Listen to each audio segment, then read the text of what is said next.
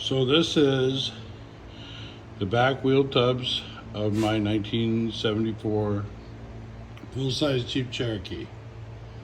Got these massive tires under here on 15-inch wide wheels. The rear end is a Dana 44. These Jeeps came with an offset 44, so I took two short side axles, narrowed it up, and made a very narrow 44. 44 is not the strongest axle in the world, but in the four-wheel drive community, I've abused the heck out of these things before and not broken too many of them. Also, it's going to be airbagged. I'm mounting the airbags behind the axle, which I haven't seen that done a lot. Don't know why it won't work, but my four-link, with it being narrowed truss and my four-link being the way it is, I'm not sure that I'd have that room to put them under the front, and then I want to get as low as I can.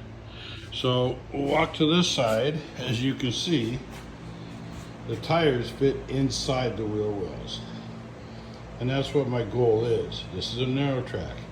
Now the front end will be a little different. So I've taken a C10 front end, 68 I think it was, and I grafted it into my Cherokee frame. The reason I did that is so I could use all the same body mount parts and everything that the Cherokee uses, so it stays sturdy. Now if you look here though, now that wheel is not square, but it's going to sit outside the wheel well, so I do have a wide track front end to put on it, but I'll be able to keep my narrow track going when I can. So this is my power plant. 454 truck motor, mid 80s. I think it only puts out like 200 or 220 horsepower, but I've got a cast iron 4-barrel intake, factory Corvette stuff, and we'll put a 4-barrel on it. But if you look here, I have these two tiny little turbos on here. I haven't decided exactly how to mount them yet. I think my goal is I want the air filters on the outside, but